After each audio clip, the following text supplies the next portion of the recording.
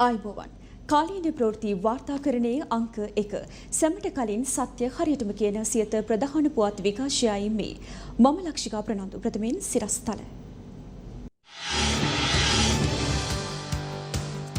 සියතට වසර 12යි දස දෙසින් සුබ පැතුම් නිරෝධායන ඇඳිරි නීතිය ඔක්තෝබර් මාස පළමු වනදා දක්වා දීර්ඝ කරයි. වයස අවුරුදු 15ත් 19ත් අතර පිරිසට ෆයිසර් එන්නත ලබා දීමට ජනපතිගෙන් උපදෙස්. මත්පැන් අලවිසැල් ඇරියද වහලද දෙවයින පුරා තැවෑරුම් අසල දිගු පෝලිම් සුරාබදු දෙපාර්තමේන්තුව උත්තර නොදෙයි. දුරකථන විසන්ධි කරයි. කොවිඩ් මරණ සහ ආසාදිතින් අඩු වුණේ PCR රැපිඩ් පරීක්ෂණ අඩු කළ නිසායි. PHI සංගමය කියයි. දින 37කට පසු අඩුම කොවිඩ් මරණ ඊයේ දිනට මරණ 118ක් සමස්ත මරණ 11800 ඉක්මවයි. කළුපුස් රෝගයෙන් දරුවන් ආරක්ෂා කරගන්නේ කෙසේද? විශේෂඥ වෛද්‍ය දීපල් පෙරේරා සියතට කියයි. ලොහන්ට එරෙහිව සමගි ජනබලවේගෙන් පැමිණිල්ලක්. ලොහන්ගේ හැසිරීම හෙලා දකිනවා.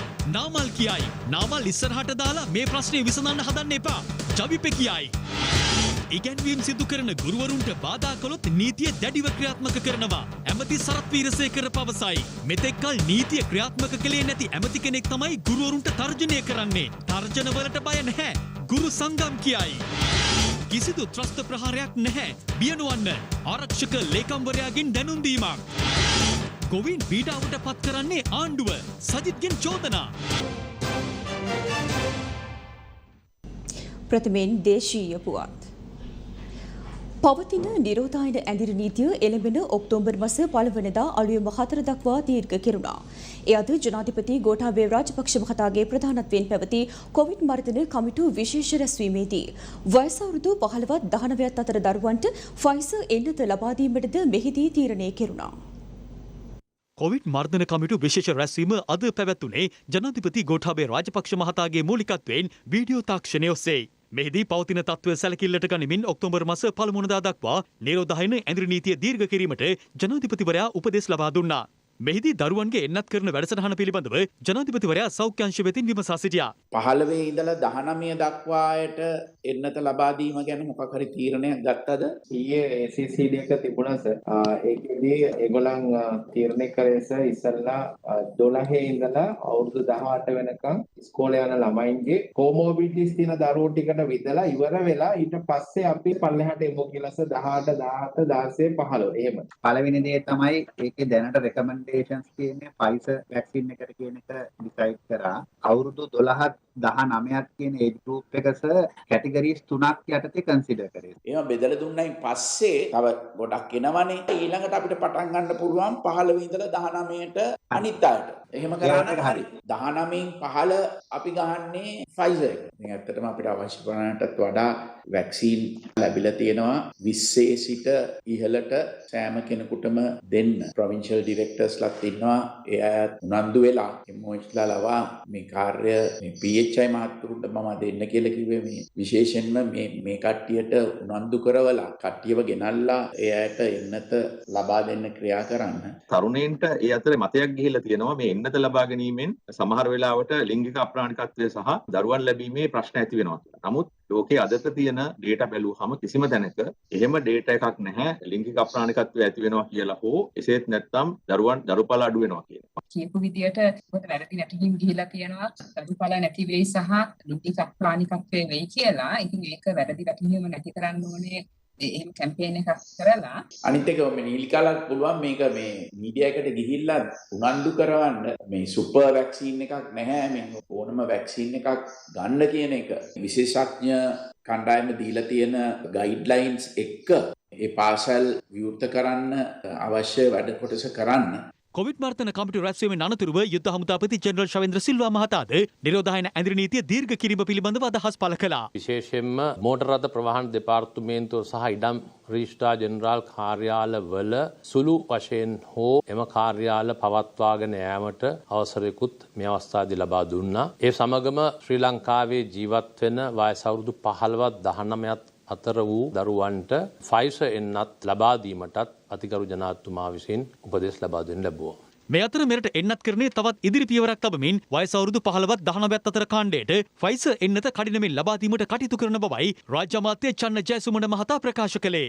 ජනාධිපතිතුමාගේ උපදෙස් මත ජනාධිපති කාර්යසාධන බලකාය තීරණය කරා වයස අවුරුදු 12ත් 19ත් අතර සංජානනීය ආබාධ සහ වෙනත් ආබාධ වලින් පෙළෙන දරුවන් සඳහා ෆයිසර් එන්නත ලබා දීම. ඒ වගේම අවුරුදු 15ත් 19ත් අතර වයසේ පසුවන අයට ෆයිසර් එන්නත ලබා දීමටත් තීරණය කෙරුණා. අවුරුදු 15ට අඩු දරුවන් උදෙසා එන්නත් ලබා දීම සඳහා මෙතෙක් නිර්දේශයක් ඉදිරිපත් වෙලා නැහැ. ඒ සම්බන්ධයෙන් ඉදිරියේදී සලකා බලන්න නියමිතයි. පවතින තත්ත්වයේ යටතේ පෞද්ගලික මගී ප්‍රවාහන සේවා සඳහා ලබන සතියේ සිට සහන පැකේජයක් හඳුන්වා දීමට කටයුතු කරන බවයි රාජ්‍ය අමාත්‍ය දිලු මමුණුගම මහතා ප්‍රකාශ කළේ. බස් රථ 17000ක් සඳහා ඒ බස් රථ 17000ටම අපි සහන පැකේජ් 17000ක් ලබා දෙන්න බලාපොරොත්තු වෙනවා. ඒකේ අන්තර්ගත වෙනවා නැවත මේ බස් රථ පාරට දැමීම සඳහා අවශ්‍ය සියලු දේවල් සඳහා අපි සහනාධාරයක් ලබා දෙනවා. අපි දන්නේ නැහැ පළවෙනිද ඉවත් කරයිද කියන කාර්යය. නමුත් සංචාරන සීමා ඉවත් කරපු දවසට යම්කිසි ලක්ෂ විශාල ප්‍රමාණයක හැම බස් රථයකටම මේකටම අපි ලබා දෙනවා. මත්පැන් අලෙවිස්ථාන ඇරලද වහලද මේ ප්‍රශ්නය මාධ්‍ය ආයතනයක් විදිහට අපිටත් තියෙනවා. රටේ ජනතාවටත් ඒ ප්‍රශ්නයම තියෙනවා. මත්පැන් අලෙවිසැල් විවෘත කිරීම සම්බන්ධයෙන් තොරතුරු විමසා බැලීමට අප සුරාබදු අධ්‍යක්ෂ ජෙනරාල්වරයා සහ මාධ්‍ය ප්‍රකාශකවරයා සම්බන්ධ කර ගැනීමට උත්සාහ කළද ඔවුන් දෙදෙනාම දිගින් දිගටම දුරකථන විසන්ධි කළා. කෙසේ වෙතත් රට පුරා බාර් පෝලිම් නම් අඩුවක් නැතුව දක්නට ලැබුණා. ඇතැම් මත්පැන් අලෙවිසැල් විවෘත කිරීමට අවසර ලබා දී ඇති බවට පළ වූ වාර්තාවක් සමග දිවයිනේ ප්‍රදේශ කිහිපයක මත්පැන් අලෙවිසැල් ආශ්‍රිතව විශාල පෝලිම් දක්නට ලැබුණා.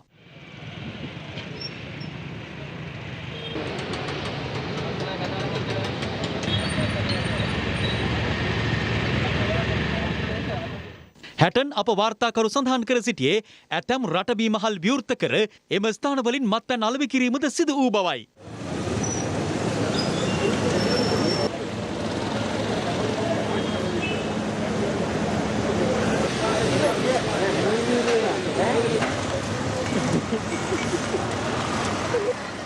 මේ ආකාරයට දිවයිනේ ප්‍රදේශ කිහිපයකින්ද අපට තොරතුරු වාර්තා වුණා.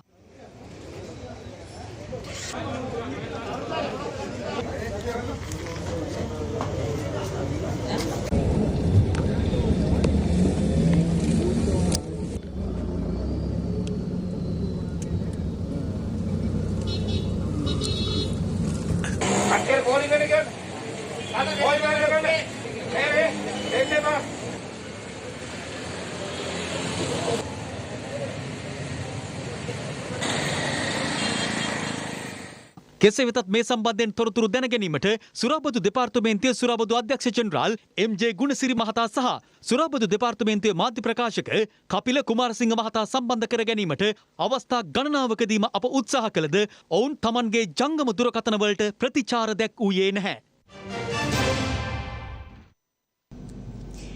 ශ්‍රී ලාංකීය ටෙලිවිෂන් කලාවට අර්ථවත් ප්‍රවිෂ්ටයක් ලබා ගනිමින් දැනුම බුද්ධිය සහ සදාචාරය මෙන්ම අපේකම රටටත් ලොවටත් බෙදා හදා දීම උදෙසා ආරම්භ වූ වොයිස් ඔෆ් ඒෂියා මාධ්‍යජාලයේ සියත ටීවී නාලිකාවට අදට වසර 12ක් සපිරෙනවා.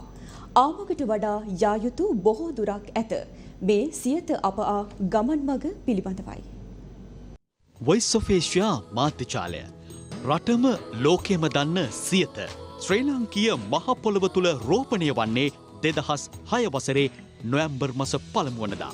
ඒ සියත FM නමින් අප ප්‍රථම FM නාලිකාව ජනගත කරමින් ඉන් අනතුරුව ක්‍රමක්‍රමයෙන් ජනතා හදවත් ආකර්ෂණය කරමින් ශ්‍රී ලාංකීය අනන්‍යතාවය නිසි ලෙස රැක ගනිමින් එතෙක් මාධ්‍ය තුල පැවති මහා විශාල අඩුපාඩුව පුරවාලමින් වොයිස් ඔෆ් ඒෂියා මාධ්‍යජාලය ඉංග්‍රීසි සහ දමිළ ගුවන්විදුලි නාලිකා ආරම්භ කළා. ඒ රියල් රේඩියෝ සහ එවකට වෙට්‍රි වර්තමානයේ ස්ටාර් ටැමිල් නාලිකාවයි. සියත කෙටි කාලයක් තුල අපේ රටේ සියලු ජනවර්ගයන්හි හදවත් ආකර්ෂණය කරන්නේ ජනතාවට අවැසි දේ සભ્યත්වය, සංස්කෘතිය සහ අනන්‍යතාවය රැකගනිමින් උපරිම ලෙස ලබා දීමත් සමගයි. සිංහල, දමිළ සහ ඉංග්‍රීසි භාෂාවන්ගෙන් පරිපූර්ණ වෙමින් ගුවන්විදුලි නාලිකා ත්‍රිත්වයකින් සමන්විත වූ සියත ඉන් අනතුරුව තවත් දැවැන්ත පියවරක් තබන්නේ 2009 වසරේ සැප්තැම්බර් මාස අදවන් දිනකයි. ඒ ඇසි දිසි උරුමය ශ්‍රී ලාංකීය ජනතාවට උදා කරමින් සියත TV නාලිකාව ආරම්භ කිරීමත් සමගයි. ආගම දහම මුල් කර ගනිමින් රටේ සියලු ආගමිකයන්ට සිය ආගමික අනන්‍යතාවය තහවුරු කර දෙමින් බාල තරුණ වැඩිහිටි මහලු කුමන තරාතිරමක අයෙකු වුවද ඒ ඕනෑම අයෙකුට එකට එක්ව හිඳ බැලිය හැකි රූපවාහිනී නාලිකාවක් එදා අපට ආරම්භ කිරීමට හැකි වුණා. ක්‍රීඩා ශේෂ්ත්‍රය වෙනුවෙන්ද කැප වූ සියත මෙරට වැටී තිබූ ක්‍රිකට් යළි ගොඩගන්නට ජාත්‍යන්තර ක්‍රිකට් තරඟාවලි රැසක නිල විකාශක ලෙස කටයුතු කරනු ලැබුවා. දේශපාලන ආර්ථික සමාජීය ළමා අධ්‍යාපන වැඩසටහන් රැසකින් පරිපූර්ණ සහ අනූන වෙමින් දිනෙන් දින ඉදිරියට පැමිණි සියත TV නාලිකාවට දැවැන්ත ශක්තියක් වන්නේ සමබර හරවත් සත්‍ය අපක්ෂපාතී ප්‍රවෘත්ති වාර්තාකරණයක නිරත වන සියත ප්‍රවෘත්ති විකාශයයි. කිසිදු ජාති ආගම් කුල පන්ති දේශපාලන භේදයකින් තොරව පුවත් වාර්තාකරණයේ නිරත වෙමින් ජනතාවට තොරතුරු දැනගැනීමේ පරමාධිපත්‍ය බලය තහවුරු කරන්නට සියත ප්‍රවෘත්ති අප කැප වී සිටිනවා. ඒ නිසාවෙන්ම පසුගිය වසරේ සුමති සම්මාන උළෙලේදී හොඳම කාලීන ප්‍රවෘත්ති වාර්තාකරණයට හිමි සම්මානයද සියත ප්‍රවෘත්ති අප දිනාගත්තා. වසර 12ක කාලයක් පුරා පැමිණීමේ ගමනේදී ම්ලේච්ඡ ප්‍රහාර, බියවැද්දීම්, පරාජයන්, ජයග්‍රහණ සියල්ල අප සතු වුණා. කිසිදු අභියෝගයකින් පරාජයට පත් නොවූ සියත සියලු අභියෝගයන්ට අභියෝග කරමින් අද රටෙත් ලෝකෙත් අපක්ෂපාතී සමබර සත්‍ය වින්දනීය තොරතුරු සපයන්නා බවට සියත TV පත්ව තිබෙනවා. ශ්‍රී ලාංකීය අනන්‍යතාවය රැකගනිමින් දේශීය ටෙලිනාට්‍ය ප්‍රවර්ධනය කිරීමටත් තරුණ තරුණියන් ජාත්‍යන්තරයට ගෙන යන්නටත් විවිධ දක්ෂතාවලින් පරිපූර්ණ වූවන් රටට හඳුන්වා දෙන්නටත් සියලු වයස් කාණ්ඩයන් නියෝජනය කරන සෑම ශ්‍රී ලාංකීය පුරවැසියෙකුටම නිසි තැන සම තැන ලබා දෙන්නටත් සියත අප කටයුතු කරමින් සිටිනවා. රටේ මේ වන විට පවතින තත්ත්වය නිසා වෙනදා මෙන් අපගේ උපන්දිනය උත්සවශ්‍රීයෙන් සමරන්නට අප කටයුතු කළේ නැහැ. ඒ වෙනුවෙන් දවස පුරා විවිධ වැඩසටහන් අප ඔබට තිළින කරන්නට කටයුතු කරද්දී අද උදෑසන පියුම් මිල වැඩසටහන විශේෂයෙන්ම වෙන්නුනේ සියත උපන්දිනය වෙනුවෙන්.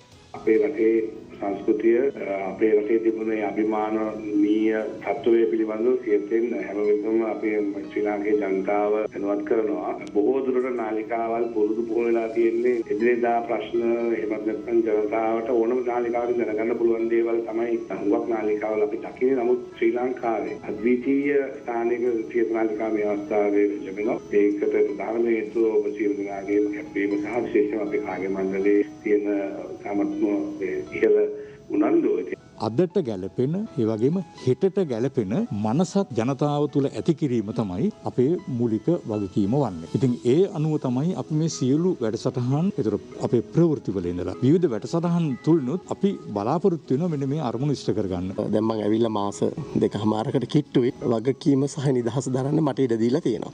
එතකොට ඉරමෙත් එක්ක ඒ අංශයට ඉන්නවා හොඳ තරුණ කණ්ඩායමක්. මම හිතන්නේ තව මාස දෙකක් විතර යනකොට සම්පූර්ණ වෙනසක් එක්ක සැලසුම් කරගෙන යනවා. හැබැයි ඒව ඔක්කොම බොහෝ වෙලාවට මේ බාහිර කාරණා හැඩතල හදන එක. නමුත් ප්‍රවෘත්ති වල අභ්‍යන්තර කාරණාව ඒ විදිහමයි. ඒකේ වෙනසක් නැහැ. මගේ හැමතිස්සම විශ්වාසයක් තියෙනවා අපි අපේ ප්‍රමාණය අපේ සයිස් එක වළංගු නැහැ කියලා. අහවල් ආයතනත් එක්ක නෙමෙයි තරංගයේ තියෙන්නේ අපිට තියෙන්නේ අපිත් එක්ක තරංගයක්. හරි ලේසි එතකොට අපිට දෙනන්න. මාධ්‍ය සදාචාරයක බරපතල අභියෝගයක් අද. තාම බරපතල අභියෝගයක්. මම හිතන්නේ තව ටිකක් කල් ඉස්සරහට යනකොට අපිට වෙනමම පණිවිඩයක් මේ රටට නිර්මාණය කරන්න පුළුවන්. කරවද්දයක් දරුවන්ට තරුණයන්ට වැඩිහිටියන්ට සියලු දෙනාට සමබර විකාශයක් ගෙනියන එක අපේ පරමාර්ථය. ඒක ඕනම නාලිකාවක් වගකීම. හැබැයි අපි ඒක හරියට ඉෂ්ට කරනවා. මොකද අපි කවදාවත් සියත නාලිකාව වැරදි දෙයක් අපි දීලා නැහැ. දෙන්නෙත් නැහැ. ඉදිරියට අපි කරන්නෙත් නැහැ. අපි ඒක හරියටම කරපු දෙයක්. ලංකාවේ තියෙන සමබරම ප්‍රවෘත්ති විකාශය. ඒක ඕන තැනක පිළිගන්න එකක්. ඒක නිල වශයෙන් පිළිගන්න කතාවක්. ඇත්තටම ටෙලිනාට්‍යයක් අපි විකාශය කරත් අපි ටෙලිනාට්‍ය ගැන හිතනවා. මොකද ඔක්කොම එකට ඉඳගන්නේ මේ. ඒවා ගැන හැම එකක්ම හිතලා තමයි අපි ටෙලිනාට්‍යයට තෝරගන්නේ. එදා මෙදා තුර පැමිණි මග බොහෝ බාධක අභියෝග ජයගෙන අප අවසන්. තව බොහෝ දුරක් යන්නට අපට දැවැන්ත ශක්තියක් වෙමින් ළඟම රැඳී සිටින ආදරණීය ශ්‍රාවක ප්‍රේක්ෂක ඔබ සැමට 12 වෙනි වසර සපුරද්දී අප හිස නවා ගෞරවාචාර්ය මෙලෙස පිරිනමනු ලබනවා.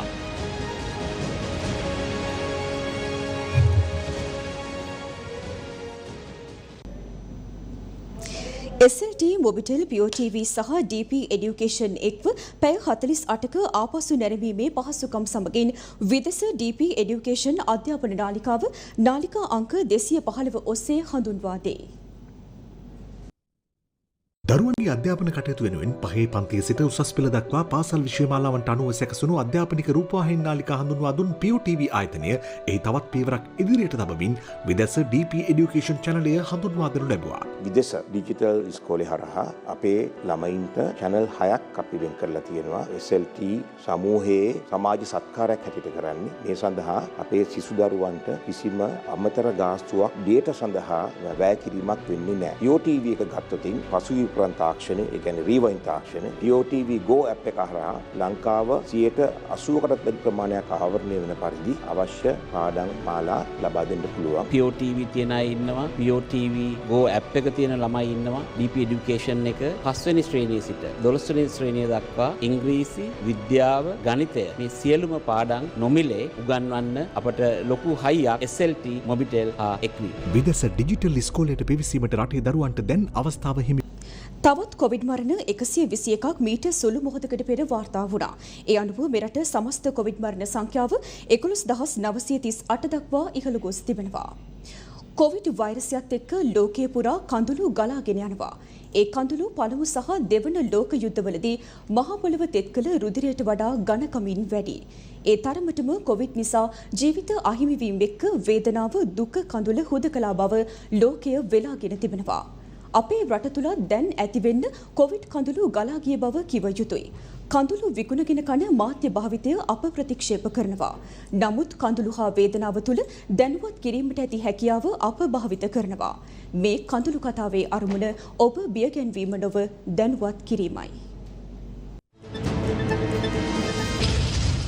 ඊටම දුක්බර අවස්ථාවක් අද බණ්ඩාරවලින් වාර්තා වුණා.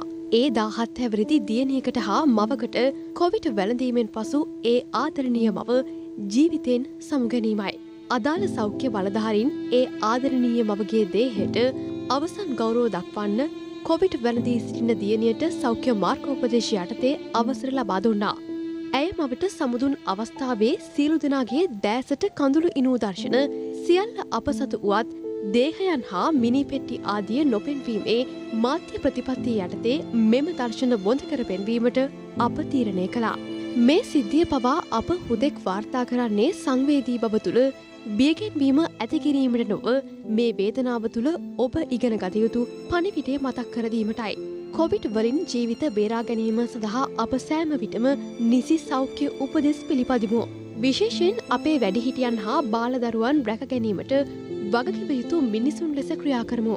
එන්නත් මාත්‍රා දෙකම සේම සෑම විටම මුව ආවරණ හා දෙයත් විෂපීජහරණයට ක්‍රියා කරමු. අනවශ්‍ය ගමන් බිමන් වලින් පළකිමු. සෙනක ගැවසෙන ස්ථානවලින් ඈත්ව ජීවත්වීමට උත්සාහ දරමු. දින 37කට පසු දෛනික අඩුම කොවිඩ් මරණ ඊයේ වාර්තා වුණා. ඒ මරණ 118ක් ලෙසයි. මේකී පිරිස අතර වයස අවුරුදු 30-59ත් අතර පුද්ගලින් 23 දෙනෙකු හා වයස අවුරුදු 60ට වඩා වැඩි පුද්ගලින් 95 දෙනෙකුද ඇතුළත්. ඒ අනුව මෙරට සමස්ත කොවිඩ් මරණ සංඛ්‍යාව සටහන් වන්නේ 11817ක් ලෙසයි. කොවිඩ් වෛරසය ආසාදනය වූ නවරෝගීන් 2271 දෙනෙකු පිළිබඳව ඊයේ වාර්තා වුණා. ඒ අනුව මෙරට සමස්ත කොවිඩ් රෝගීන්ගේ සංඛ්‍යාවද 4,98,000 ඉක්මවා ගොස් තිබෙනවා. කොවිඩ් මරණ හා රෝගීන් අඩුවීම සම්බන්ධයෙන් මහජන සෞඛ්‍ය පරීක්ෂකවරුන්ගේ සංගමේ සභාපති උපුල් රෝහණ මහතා මෙලෙස අදහස් පළ කළා. මරණවල පැහැදිලි අඩුවක් අපිට පේන්න තියෙනවා. මේ මරණවල අඩුවීමට හේතුව තමයි අවුරුදු 60ට වැඩි අයවලුන් අතර එන්නත් ආවරණය ඉහළ යෑම. ඒ නිසා මරණ ශීඝ්‍රයෙන් අඩු වෙනවා. ඉදිරියේදී විශාල වශයෙන් මරණ අඩු වෙයි. අපිට ඊට පස්සේ මේ අවදානම පැන නගින නැවත වරක් අපි ලබා දීලා තියෙන එන්නතේ ප්‍රතිශක්තිය කොතරම් කාලයක් දුරට පවතිනවාද කියන එකේ ප්‍රතිශක්තිය අවසන් වෙනවත් එක්කම නැවත වරක් මේ ව්‍යසනයට අපි තල්ලු වෙන්න පුළුවන්. PCR සහ ඇන්ටිජන් පරීක්ෂණ සංඛ්‍යාව මේ වෙද්දී ඉතාමත් සීමිතව කරන්නේ. ඒක තමයි මේ කෘත්‍රිමව රෝගීන් අඩුවීමකට ලක් වෙලා තියෙන සහ පේන්නේ. පළමු පෙළ ආශ්‍රිතව නිරෝධායන නිදහස් කිරීම සඳහා අපි මේ වෙද්දී රෝග ලක්ෂණ තියෙන අයවලුන් විතරයි අපි PCR හෝ ඇන්ටිජන් පරීක්ෂණයකට ලක් කරන්නේ. සෞඛ්‍ය සේවා අධ්‍යක්ෂ ජෙනරාල්වරයාගේ චක්‍රලේඛයේ නිසා අපි රෝග ලක්ෂණ නොමැති කිසිදු කෙනෙක් PCR හෝ ඇන්ටිජන් පරීක්ෂණයකට ලක් නොකර සමාජයට මුදා හරින්න කටයුතු කරනවා. මේ අතර කොවිඩ් රෝගීන්ට කළුපුස් රෝගය ආසාදනය වීම පිළිබඳ පසුගියදා වාර්තා වුණා. මෙම රෝගී තත්ත්වය කුඩා දරුවන්ට බලපන්නේ කෙසේදැයි යන සම්බන්ධයෙන් ළමා රෝග විශේෂඥ වෛද්‍ය දීපල් පෙරේරා මහතාගෙන් සියත අප විමසීමක් සිදු කළා. තාම ළමයින්ට කළුදිලි රෝගය වාර්තා වෙලා නැහැ. හැබැයි අනාගතයේදී අපේ දරුවන්ට උනත් මේ කළුදිලි රෝගය මතුවෙන්න පුළුවන්. අපේ දරුවන්ට කොහොමද මේ රෝගය ඇති වෙනක වළක්ව ගන්නෙ? විශේෂයෙන් මේ දරුවන්ට පිරිසිදුකම කියලා දෙන්න ඕන. මොකද මේක දිලීරයක්. මේ දිලීරය පස්වල තියෙන්න පුළුවන්, ගොමවල තියෙන්න පුළුවන්. අපි මාස්ක් එකක් ටික කාලයක් එක දිගට දාන්න ගත්තොත් එකම මාස්ක් එක මේ රෝගය එතනින් මතුවෙන්න පුළුවන්. ඉතින් ඒ නිසා රෝගය වළක්ව ගන්න නම් පිරිසිදුකම ඉතාම වැදගත්. අපේ ප්‍රතිශක්තිකරණයත් වැදගත්. අපේ ප්‍රතිශක්තිකරණය වැඩි කරගන්න අපි පෝෂ්‍යදායී ආහාර වේලක් ගන්නවා නම් හොඳයි. ඉතින් මේකෙදි රෝග ලක්ෂණ විදිහට අපි දකින්නේ හිස රදේ ඇති වෙන්න පුළුවන්. කටේ කළු ලප ඇති වෙන්න පුළුවන්. ඇස්වල කළු ලප ඇති වෙන්න පුළුවන්. හමෙත් සමහර වෙලාවට කළු ලප වගේ ඇති වෙන්න පුළුවන්. දිලීරේ වැඩියෙන් එක තැනක රැස් වුණාම ඒක කළුවට පේනවා. ඊට අමතරව පෙනහළු වලට ගිහිලා තිබුණොත් මේකේ මම හිතන්නේ මරණ අනුපාතය ඉතාම වැඩි. ඉතින් ඒක නිසා අපේ දරුවොත් කොවිඩ් රෝගයට පස්සේ අපේ ඒ දරුවාගේ ප්‍රතිශක්තිකරණය අඩු වෙලා කළු දිලීර රෝගය ඔවුන්ට ඇති වෙන්න පුළුවන්. මේ වගේ රෝග ලක්ෂණ ඇති වුණොත් ඉක්මනටම ළමා රෝහලට හරි ළමා රෝග වෛද්‍යවරයෙක් හරි පෙන්නලා ශුද්ධ ජීවි වෛද්‍යවරයෙක් එක්ක සාකච්ඡා කරලා අපිට ඒ පිළිබඳව විශේෂ ප්‍රතිකාරයක් කිරීම මගින් බොහෝ දෙනෙක් බේර ගන්න පුළුවන්. හැබැයි කල් ගියොත් මේක මරණයෙන් අවසන් වෙන්න පුළුවන්. පසුගිය ජූනි මාසයේ සිට මේ දක්වා කළුපුස් රෝගයේ ආසාදනය වූ කොවිඩ් රෝගීන් 12 දෙනෙකු හඳුනාගත් බව විශේෂඥ වෛද්‍ය ප්‍රිමාලී ජයසේකර මහත්මිය පවසනවා. එය අද කොළඹ පැවති මාධ්‍ය හමුවකදී තහවුරු කළ කළුදිරීරය වැළඳුණු කොවිඩ් රෝගීන් 12 දෙනෙක් අපිට හම්බ වෙලා තියෙනවා. පහුගිය ජූනි මාසයේ ඉඳන් මේ වෙනකම් කොවිඩ් රෝගයත් එක්ක කළුදිරීර රෝගය හැදුණු ඒ රෝගීන් 12 දෙනාම දියවැඩියා රෝගීන් තමන්ගේ රුධිරයේ සීනි මට්ටම වැඩි වෙච්ච. මේ කළු දිලීර රෝගය ඉන්දියාවේ කොවිඩ් රෝගීන් අතර ව්‍යාප්ත වෙන්න හේතුවක් විදියටත් සමහර බටහිර ඖෂධ ඒ මාත්‍රාව වැඩියෙන් වෛද්‍ය අනුදැනුමකින් තොරව සමහර පිරිස් විසින් භාවිතා කිරීම කියලා හේතු හොයාගෙන තියෙනවා. කුඩා ළමුන්ට නම් කළු දිලීර රෝගය ඇත්තටම වාර්තා වුනේ නැහැ කොවිඩ් රෝගීන් අතර. හැබැයි නිදාන්ගත රෝගයක් මොනවා හරි හේතුවක් හින්දා ප්‍රතිශක්තිකරණ පද්ධතිය ගොඩක් දුර්වල වෙලා එහෙම කළු දිලීර රෝගය කොවිඩ් රෝගයත් එක්ක වැළඳෙන්න බැරි කමක් නැහැ. කළු දිලීර රෝගය නෙමෙයි සංඛ්‍යාත්මක විශාලම ගාන ඇස්පර්ජිලස් කියන දිලීරයේ මේ වෙනකොට අප්‍රේල් ඉඳන් මේ දක්වා රෝගීන් 700කට වැඩි අපිට වාර්තා වෙලා තියෙනවා. මේ රෝගීන් නියුමෝනියා තත්ත්වයෙන් වාර්තා වුණේ. හැබැයි මේ ඔක්කොම රෝගීන් අපි අඳුරගෙන ප්‍රතිකාර කරා. PCR පරීක්ෂණ කට්ටල පාවිච්චියට වඩා ඇන්ටිජන් පරීක්ෂණ කිරීම හරහා මේ රෝගීන් හොයා ගැනීමයි මේ දිනවල සිද්ධ වෙන්නේ. සංචරණ සීමාවන් සහ අනිකුත් ක්‍රියාමාර්ගවල ප්‍රතිඵලයක් හැටියට රෝගයේ බෝවීමත් අඩු වෙනවා. ඊට සාපේක්ෂව මරණ සංඛ්‍යාවත් අඩු වෙලා තියෙනවා. මේක මේ PCR පරීක්ෂණ අඩුවීමක් කරහා සිද්ධ වෙලා නැහැ. පහුගිය සංඛ්‍යාලේඛන දිහා බලන්න PCR පරීක්ෂණ උනත් 9000ත් 12000ත් අතර ප්‍රමාණයක විචල්්‍ය වෙමින් දිගටම තිබිලා තියෙනවා. ඇඳිරි නීතිය ක්‍රියාත්මක කිරීම සහ සංචරණ සීමාව කියන කාරණා දෙකම සිදු විය යුතුයි. මොකද අපි බලාපොරොත්තු වෙන මට්ටමට රට වහගෙන ඉඳලා අපි සති දෙකකින් රට අරින්න බලාපොරොත්තු වුණත් ඒ මට්ටමට යන්නේ නැත්තේ මේ රටේ මිනිස්සුන්ගේ සංචරණය ඒ තරම්ම අපි බලාපොරොත්තු වෙන මට්ටමට අඩු වෙලා නැහැ. අපි බලාපොරොත්තු වෙන්නේ 80ක් 90ක් අතර සංචාරන සීමාවේ කියලා. කොළඹ සහ නගර බොහෝමයක මේ සංචාරන සීමාවල සාර්ථකත්වයක් අපි දකින්නේ නැහැ. දැනට ලෝකයේ තුල භාවිත කරන කොවිඩ් එන්නත් සියල්ලම සාර්ථක ප්‍රතිඵල අත්කර දී ඇතැයි ඇමරිකාවේ ආහාර සහ ඖෂධ පරිපාලන ආයතනය පවසනවා. ජෝන්ස් හොප්කින්ස් විශ්වවිද්‍යාලයේ දත්ත විශ්ලේෂණයකට අනුව සෑම ඇමරිකානුවන් 500 දෙනෙකුගෙන් එක් අයෙකු කොවිඩ් ආසාදිතව මිය යාමේ තර්ජනයක් ඇති බවයි වාර්තා වන්නේ. චීනය එරට ජනගහනයෙන් බිලියනයකට වැඩි පිරිසකට එන්නත් ලබා දී අවසන්. දැන් ලෝක කොවිඩ් තත්ත්වය. දැනට ලොව පුරා භාවිත වන විවිධ කොවිඩ් එන්නත් සාර්ථක ප්‍රතිඵල ලෝකයට ලබා දී ඇතැයි ඇමරිකා එක්සත් ජනපදයේ ආහාර සහ ඖෂධ පරිපාලන ආයතනය පවසනවා. වත්මන් ලෝක එන්නත්කරණයේ සාර්ථකභාවය පිළිබඳව කිසිදු විවාදයක් නැති බවයි ඇමරිකාවේ ආහාර සහ ඖෂධ පරිපාලන ආයතනය පෙන්වා දෙන්නේ. දැන් අප විසඳාගත යුතුව ඇත්තේ බූස්ටර් එන්නතක අවශ්‍යතාවය පිළිබඳව ගැටලුව බවයි ඇය ප්‍රකාශ කරන්නේ. ඇමරිකා එක්සත් ජනපදයේ ආහාර හා ඖෂධ පරිපාලනය අද රැස්වීමට නියමිතව තිබෙනවා. මෙහිදී නව කොවිඩ් ව්‍යාප්තිය සහ බූස්ටර් එන්නත පිළිබඳ වැඩි අවධානයක් යොමු වනු ඇතැයි මාධ්‍ය වාර්තා කරනවා. මේ අතර ජෝන්ස් හොප්කින්ස් විශ්වවිද්‍යාලය කොවිඩ් සම්බන්ධයෙන් සිදු කළ සිය නවතම දත්ත පරීක්ෂා වාර්තාව එළි දක්වා තිබෙනවා. එම දත්ත විශ්ලේෂණයට අනුව ගෙවුණු කාලය තුළ කොවිඩ් ආසාදිතව මියගිය සංඛ්‍යාව සහ අමරිකානු ජනගහනය අතර විශේෂ සැසඳීමක් සිදු කර ඇති අයුරු දක්නට ලැබුණා. සෑම අමරිකානු පුරවැසියන් 500 දෙනෙකුගෙන් එක් අයෙකු කොවිඩ් නිසා මිය යාමේ අවදානමක් පවතින බවයි ජෝන්ස් හොප්කින්ස් විශ්වවිද්‍යාලය පවසන්නේ. අමරිකා එක්සත් ජනපදය තවත් කොවිඩ් එන්නත් මාත්‍රා මිලියන 2.58ක් පිලිපීනයට පරිත්‍යාග කර තිබෙනවා. ඒ කොවැක්ස් වැඩසටහන යටතේ එක්සත් ජාතීන්ගේ සංවිධානය කොවැක්ස් ව්‍යාපෘතිය ආරම්භ කරන ලද්දේ දිලිඳු රටවලට කොවිඩ් එන්නත් නොමිලේ ලබා දීමේ අරමුණ ඇතිවයි. ෆයිසර් සහ බයෝඑන්ටෙක් එන්නත් මාත්‍රා මිලියන 9ක් පමණ මේ වන විට පිලිපීනයට කොවැක්ස් පහසුකම් යටතේ ලබා දී තිබෙනවා. චීනය අද වන විට බිලියනයකට වැඩි පිරිසක් එන්නත් කර අවසන් බව වාර්තා වනවා. සමස්ත චීන ජනගහනයෙන් මෙය 71%. තවත් එන්නත් මාත්‍රා මිලියන 2.5ක් මේ මාසය තුළ ලබා දී අවසන් කළ හැකි බව චීන ජාතික සෞඛ්‍ය කොමිෂන් සභාවේ ප්‍රකාශක මී ඩොං පවසනවා. ප්‍රංශයේ කොවිඩ් එන්නත ලබා නොගත් සෞඛ්‍ය සේවකයන් 3000කගේ පමණ වැඩ තහනමට ලක් කර තිබෙනවා. ඊයේ සිට බලපැවැත්වෙන පරිදි නව නීතියක් මගින් එරට සෞඛ්‍ය සාත්තු නිවාස සහ ගිනි නිවීමේ සේවා ආශ්‍රිත වෘත්තිකීන් සඳහා එන්නත් ලබා ගැනීම අනිවාර්ය කෙරුණා. කෙසේ වෙතත් ප්‍රංශ සෞඛ්‍ය අමාත්‍යවරයා පවසන්නේ මෙම වැඩ තහනම් කිරීම බොහොමයක් తాවකාලික බවයි. ඓතිහාසික කන්ද උඩරට පස්ගම ශ්‍රී නාථ දේවාලයේ අභිනවයෙන් ඉදිකළ නාථ දේව පිළිම වහන්සේ නිරාවරණය කිරීම අද දින සුබ මොහොතින් සිදු වුණා. ඓතිහාසික කන්ද උඩරට පස්ගම ශ්‍රී නාථ දේවාලයේ අභිනව ශ්‍රී නාථ දේව පිළිම වහන්සේ නිරාවරණය කිරීම අද දින සිදු වුණා. අද උදෑසන යෙදුණු සුබ මොහොතෙන් පස්ගම ශ්‍රී නාථ දේවාලයේ බස්නායක නිලමේ තැන්පත් දමින්ද උඩුරාවන නිලමේතුමන්ගේ සහ වොයිස් ඔෆ් ඒෂියා මාධ්‍යජාලයේ ජ්‍යෙෂ්ඨ උපදේශක ප්‍රියන්ත කාර්යපෙරුම් මහතාගේ ප්‍රධානත්වයෙන් මහා සංඝරත්නයේ ආශිර්වාද මැද්දේ අභිනව ශ්‍රී නාථ දේව පිළිම වහන්සේ නිරාවරණය කිරීම සිදු වුණා.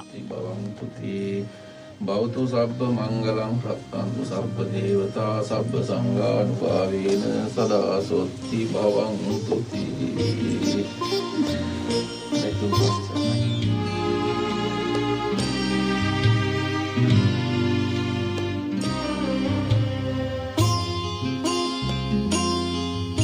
මේ දිනවල පස්ගම ශ්‍රී නාථ දේවාලයේ පෙරහර මංගල්‍යද පැවැත්වෙනවා. පසුගිය සැප්තැම්බර් 4 වනදා ආරම්භ වූ පෙරහර අභ්‍යන්තර පෙරහැරක් ලෙස පැවැත්වෙන අතර කුඹල් පෙරහැර මංගල්‍යයෙන් අනතුරුව රන්දෝලි පෙරහැර ආරම්භ වුණා.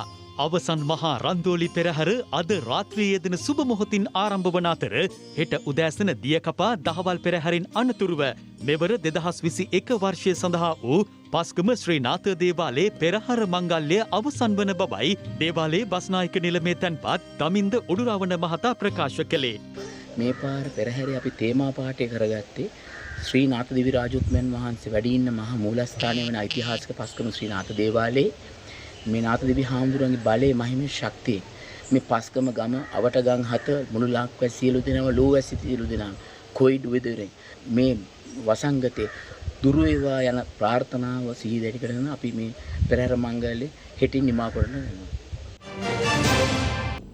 ලෝහන් රත්වත්තේ රාජ්‍ය අමාත්‍යවරයාට එරෙහිව සමගී ජනබලවේගයේ මන්ත්‍රීවරුන් අද පොලිස් මුලස්ථානයට පැමිණිල්ලක් බාර දුන්නා. අමාත්‍ය සරත් වීරසේකර මහතා පවසන්නේ මේ සම්බන්ධයෙන් විමර්ශන මේ වන විට ආරම්භ කර ඇති බවයි.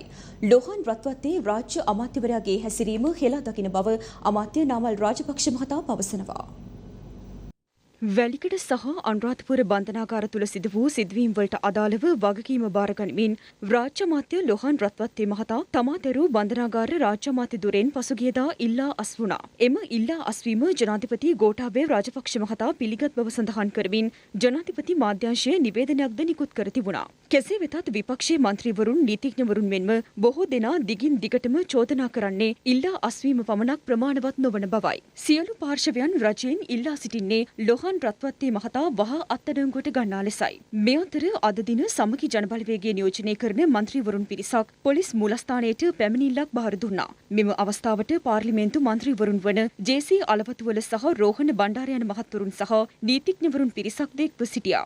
අද රජයේ ඉන්න අමාත්‍යවරු මේ රටේ නීතිය උල්ලංඝනය කරමින් අපි දැක්ක පසුගිය 12 වෙනිදා අනුරාධපුර බන්ධනාගාරය තුල ඉතාමත් නීච විදිහට අපි කාටවත් පිළිගන්න පුළුවන් ආකාරයට නෙමෙයි ඒ හැසිරීම සිදු වෙලා තියෙන්නේ. දැන් මේ සිද්ධිය එක්ක බලනකොට මේ රටේ දණ්ඩ නීති සංග්‍රහය ඒ වගේම අපරාධ නීති යටතේ විශාල වැරදවල් ගණනාවක් සිදු කරලා තියෙනවා. මේ සම්බන්ධව වහාම පරීක්ෂණයක් කළා. මොහු අත්අඩංගුවට අරගෙන රටේ නීතිය ක්‍රියාත්මක කරන්න කියන එක තමයි අපි පොලිස් ප්‍රතිවරයාගෙන් ඉල්ලලා තියෙන්නේ. මේ රටේ එක වැරද්දක් කරලා ඔප්පු වුණාම අඩුතරමේ මේ සාමාන්‍ය පුරවැසියටත් ඕකද නීතිය. එක වැරද්දක් කරා කියලා මේ වැරද්ද පිළිගත්තා කියලා අපිට මේකෙන් ගැලවෙන්න පුළුවන්. මිනිහක් මැරුවා මම මේක ඇවිල්ලා පාපොච්චාරණය කරලා පල්ලියකට හරි නැත්නම් අධිකරණයට ඇවිල්ලා පාපොච්චාරණය කරපම්මමින් මේකට වරද්දෙන් අපිට ගැලවිලා යන්න පුළුවන්ද? ඒ නිසා මේ වැරද්දට අපි කියන්නේ අඩුමතරම මේ අමාත්‍යාංශ එකකින් අයින් වෙන්නේ නෙමෙයි. අනිත් අමාත්‍යාංශනුත් අයින් විය යුතු වගේම පාර්ලිමේන්තු මන්ත්‍රීව දූරෙන් පව අයින් කරලා මේකට නීතිය ක්‍රියාත්මක යුතුයි කියන එක තමයි කියන්නේ. මේ අතර අමාත්‍ය නාමල් රාජපක්ෂ මහතා අද ප්‍රකාශ කළේ ලොහන් රත්වත්තේ රාජ්‍ය අමාත්‍යවරයාගේ හැසිරීම තමා හෙලා දකින බවයි.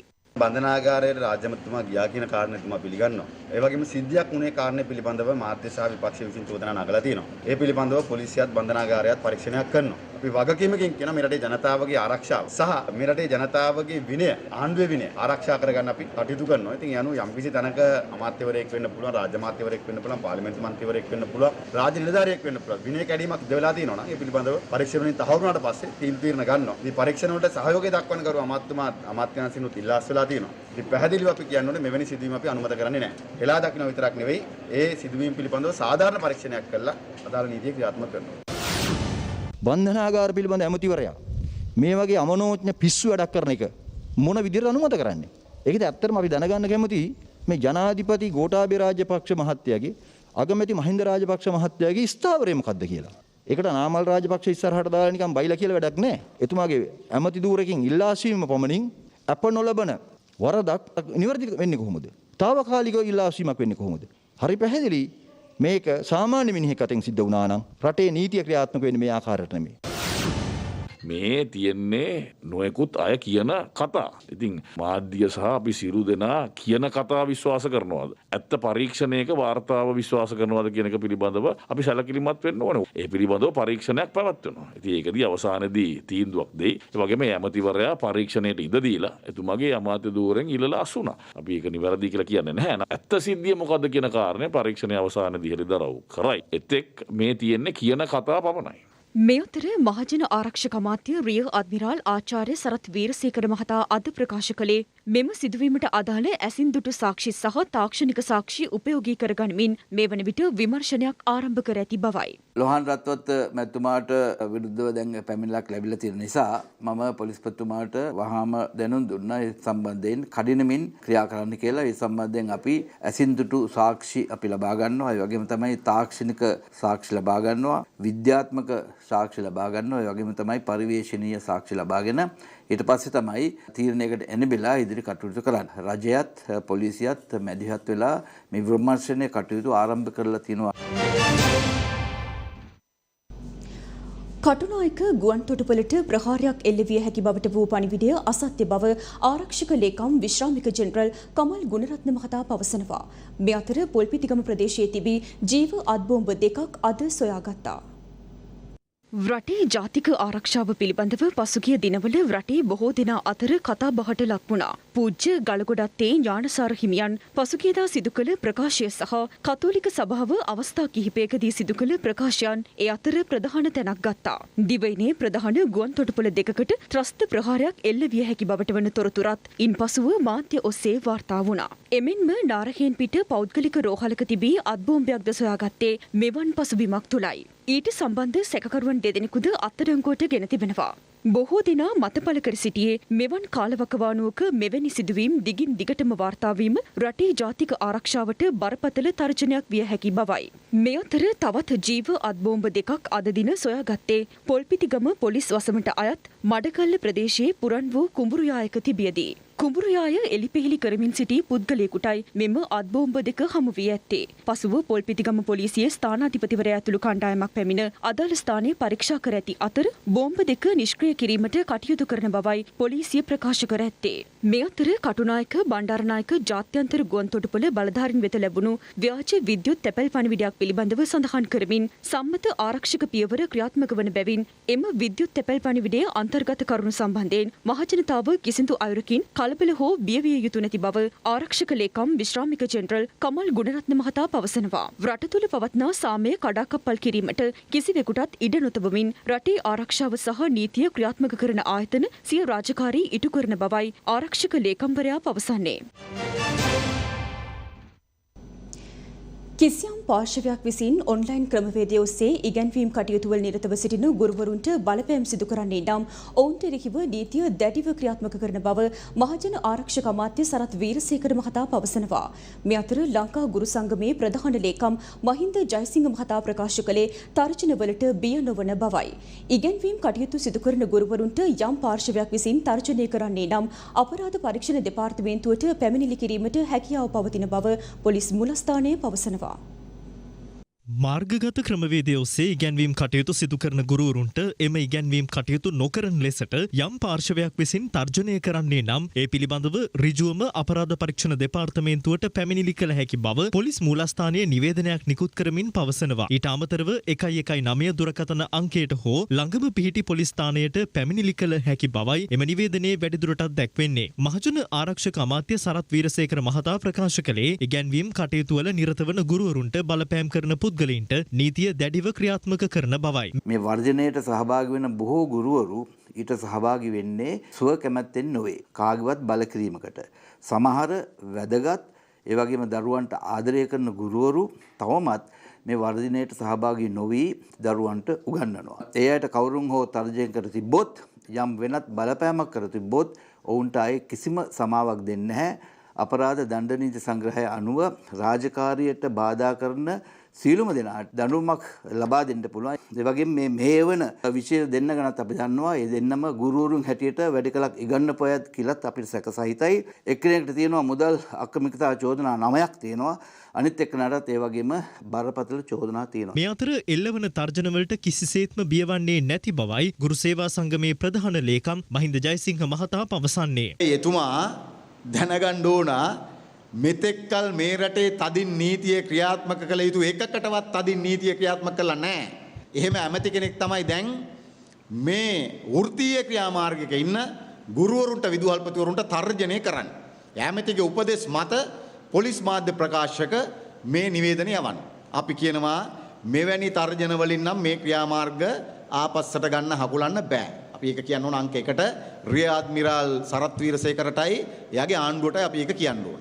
ඒ වගේම අපි අවධාරණය කරන්න ඕන කිසිදු ගුරුවරයෙක් විදුහල්පතිවරයෙක් කිසිදු ලෙසකින් මාර්ගගත අධ්‍යාපනයේ යෙදෙනවා යයි කියන කිසිදු ගුරුවරයෙකුට මේ වෙනතුරු තර්ජනය කරලා නැහැ.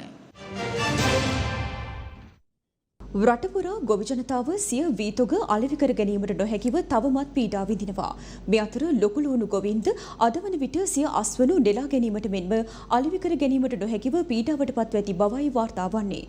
විපක්ෂ නායක සජිත් ප්‍රේමදාස මහතා පවසන්නේ ගොවි ජනතාව අපහසුතාවයට පත් කර ඇත්තේ වත්මන් ආණ්ඩුව බවයි. රජය වී සඳහා සහතික මිලක් පැනවුවද දිවයිනේ බොහෝ ප්‍රදේශවල ගොවි ජනතාව මැසිවිලි නගන්නේ එම මුදලට සිය වී තොග අලෙවි කිරීමට නොහැකි බවටයි. මේ පොළොන්නරුව පරාක්‍රම සමුද්‍ර ව්‍යාපාරයේ ගොවීන් සිය වී තොග අලෙවි කර ගැනීමට නොහැකිව පීඩා විඳින ආකාරයයි.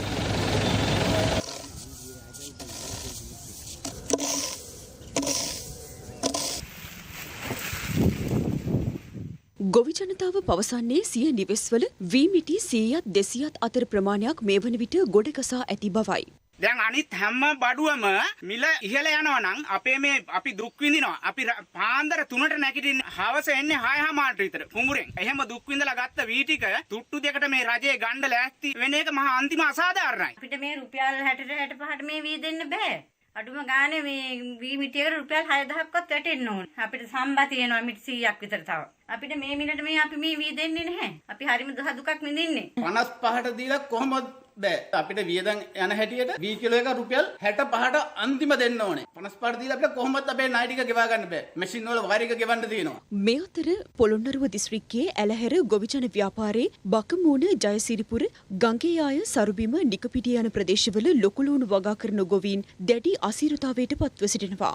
නොයෙකුත් දුෂ්කරතා මැද ලූණු වගා කළද අද වන විට වෙළඳපොලේ ඉතා අඩු මුදලකට ලූණු අලෙවි කිරීමට සිදුව ඇති බවයි ගොවීන් පෙන්වා දෙන්නේ. එම මුදල ලූණු වගා කිරීමට වැයවන මුදලටත් වඩා අඩු මුදලක් බවටයි ගොවි ජනතාව චෝදනා කරන්නේ. තෙල් බෙහෙත් වල මිල ඉහළ ගියා මේ සැරේ. ගිය සැරේ අපිට ලක්ෂයක් ගියා නම් මේ සැරේ ලක්ෂ 2ක් වියදම් කරන්න වෙලා තියෙනවා. ලක්ෂ 2ක් වියදම් කරාට ගිය සැරේ මිලට වැඩිය අඩුවෙන් අද මිල පවතිනවා. අපිට රුපියල් 200 ඉක්මවත් මේ ගියපු වියදම් හැටියට ලුණු මිල අපිට අවශ්‍ය වෙලා තියෙනවා. හැබැයි අද 70ට 80ට වෙළඳපොලේ ලුණු මිල යන්නේ. ගොවියෝනම් කතා කරන්න කවුරුත් නැහැ. එයාලා ඔක්කොම AC කාමරවල ඉඳලා උපදෙස් දෙන එක විතරයි කරන්නේ.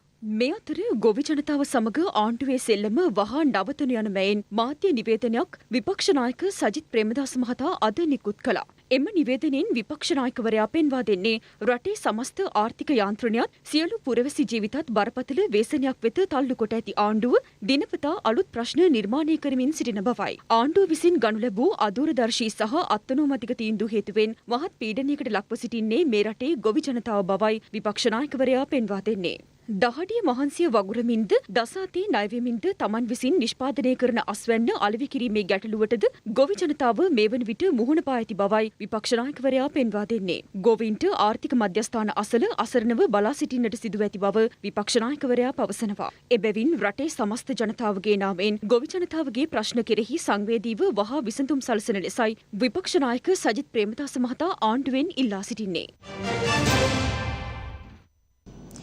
මෙරට විශාල පිරිසකට තුන්වේල සපුරා ගැනීමට නොහැකි බව මුදල් අමාත්‍යවරයාම පිළිගෙන ඇති බව පාර්ලිමේන්තු මන්ත්‍රී ජේ.සී. අලවතුවල මහතා පවසනවා. තවදුරටත් රට වසා දමන්නේ නම් ජනතාවට සහනාධාර ලබා දීමට කටයුතු කළ යුතු බවයි ඔහු වැඩිදුරටත් පවසන්නේ.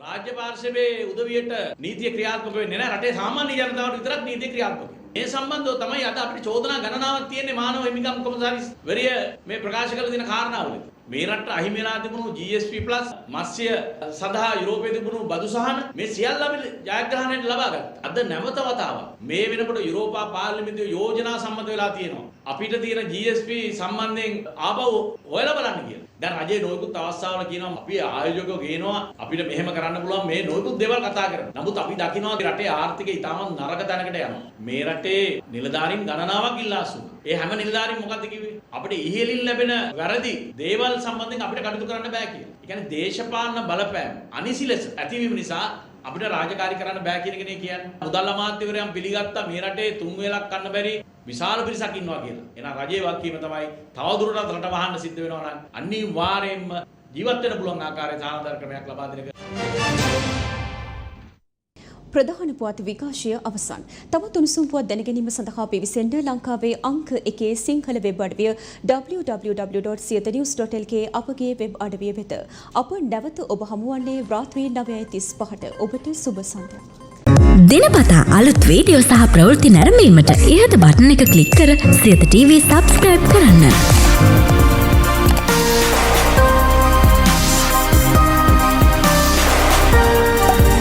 අලුත් වීඩියෝ ගැන මුලින්ම දැනගන්න මෙම සීනුව ක්ලික් කරන්න.